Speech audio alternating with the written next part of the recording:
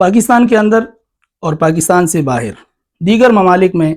گلٹاک کو سننے والے، دیکھنے والے ناظرین اور سامعین السلام علیکم۔ میں ہوں گل کریم اور آپ دیکھ رہے ہو اپنا چینل گلٹاک۔ ہم ایک ایسی ملک میں رہ رہے جس کا نام پاکستان ہے، اور پاکستان میں ان چیزوں میں جس میں سیاست نہیں ہونی چاہیے اسی کے اندر سیاست کو انوالو کر دیا گیا ہے، اور جو کامیں اور چیزیں سیاست اور جمہوریت کی تھرو چلنی چاہیے تو غیر سیاسی قوتیں ان کے اوپر اپنے اثر اور سروخ اپنا کر، ان کے اوپر دباؤ ڈال کر ان چیزوں کو اپنے ہاتھ میں لے لیتے ہیں، اور اسی میں ایک شعبہ جو ہے کھیل بھی ہے۔ پاکستان میں بالخصوص اور پوری دنیا میں بالعموم کرکٹ کا جو کھیل ہے وہ ایک مقبول ترین کھیل ہے۔ ہونا تو یہ چاہیے تھا کہ کھیل کو جمہوریت اور سیاست سے ہٹ کر کھیل تک محدود رکھنا چاہیے، لیکن ہمارے ملک میں بدقسمتی سے یہ رواج عام ہے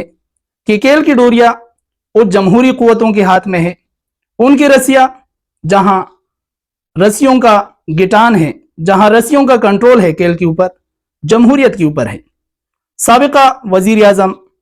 پاکستان جناب عمران خان کے دور میں جب ساری چیزوں کے اوپر فوکس تھا، ان کا کامیابی کی طرف سفر تھا، اور ساتھ ہی ساتھ ہر ایک فیلڈ میں ان لوگوں کو سامنے لایا جا رہا تھا جو اس فیلڈ کے ایکسپرٹ تھے۔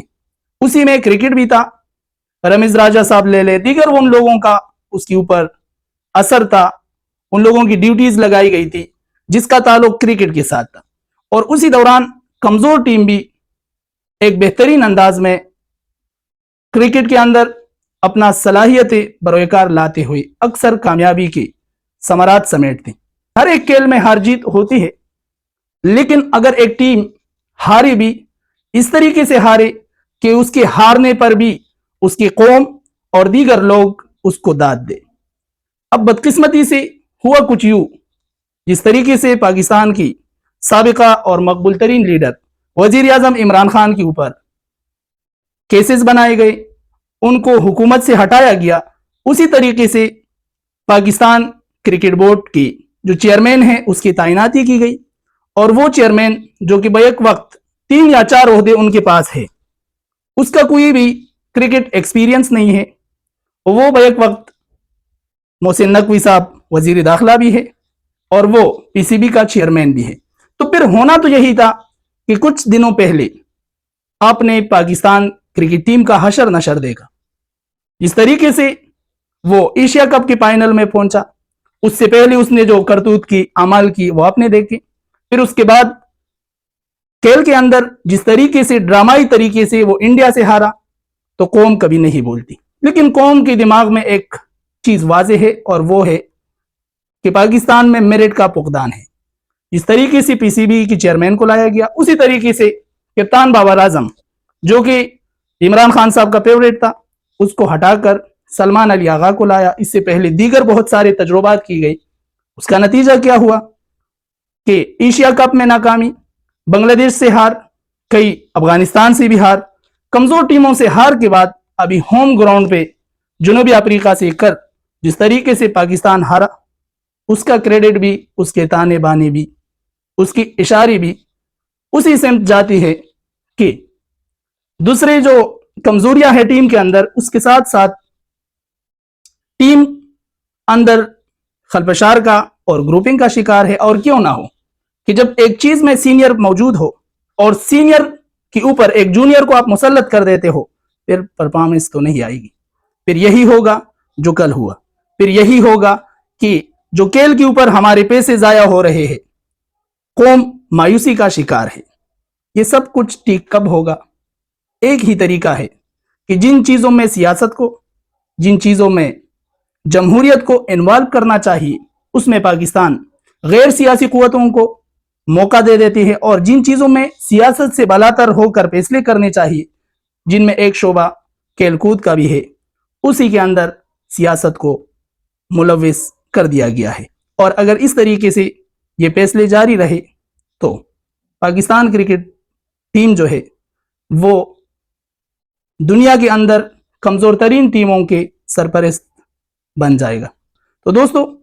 ولاگ میں دیگر بھی چیزیں شامل کرتے ہیں کہ پاکستان کیوں ہارا. انہی چیزوں میں ایک چیز جو ہے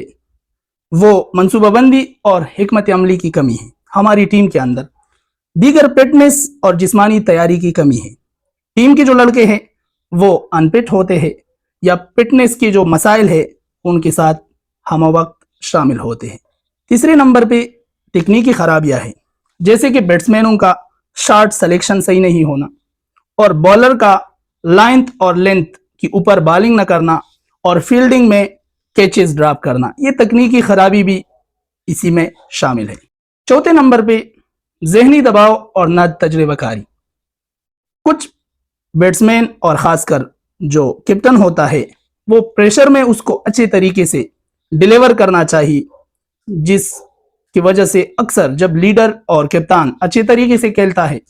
وہ اچھے طریقے سے بالر کو اور بیٹسمین کو حالات کو دیکھتے ہوئے استعمال کرتے ہیں، تو سلمان علی آغا میں وہ کوالٹی بھی موجود نہیں ہے. اس لیے بھی اکثر ہماری ٹیم جو ہے جیتا ہوا میچ ہار جاتے ہیں. پانچویں نمبر پہ جو ہے وہ ہے کپتان اور کوچ کے درمیان اختلافات. چھٹے نمبر پہ کوچنگ اور سلیکشن کے مسائل ہے کہ غیر منصفانہ سلیکشن، میرٹ کی بنیاد پر کھلاڑیوں کا سلیکشن نہیں ہونا، کوچ اور سٹاف کا غیر مؤثر ہونا. اور ساتویں نمبر پہ کرکٹ بورڈ یا انتظامی مسائل، کرپشن، سیاست، اقرا برپروری، ڈومیسٹک کرکٹ میں بہتری کی کمی. یہ ساری چیزیں ہماری کرکٹ ٹیم کو لے ڈوبی ہے. پاکستانی ٹیم کو، ان کے کوچ کو اور دیگر جو پاکستان میں رہنے والے وہ لوگ ہیں جو کرکٹ تک اور کرکٹ کی کھلاڑیوں کی سلیکشن تک ان کی رسائی ہے، ان چیزوں پر ان کو فوکس دینا چاہیے. سیاست سے ہٹ کر، جمہوریت سے ہٹ کر اس چیز کے اندر جو ہے ملک قوم کی ترقی کو، ملک کی جو اندر رہنے والے اقوام ہے ان کی ذہنی دباؤ کو، سٹریس کو کم کرنے کے لیے چاہیے کہ کھلاڑیوں کی اچھے طریقے سے سلیکشن کرے، ان کی تربیت کرے اور میرٹ کی بنیاد پر جو سلیکشن کمیٹی ہے ان کا انتخاب کرے اور چیئرمین پی سی بی کا بھی انتخاب کرے اور اسی طریقے سے ان کھلاڑیوں کو آگے لائے جو ملک اور قوم کے لیے بہتر کر سکتے ہیں.